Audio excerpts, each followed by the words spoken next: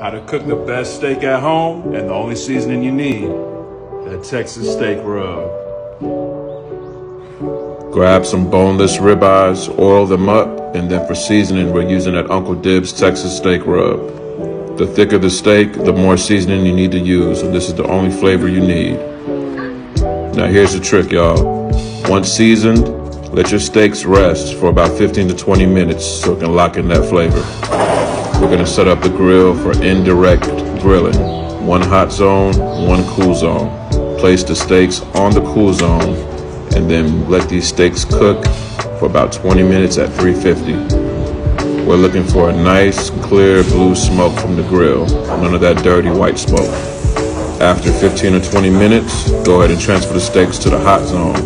Add some garlic butter, give them nice flips so it locks in the flavor. I like a nice medium rare, so after about 3 or 4 minutes of doing that, it's time to pull them and let them rest. Let your steaks rest for another 15 to 20 minutes. Cut into your steaks, and I'm looking for a nice warm pink center, just like that.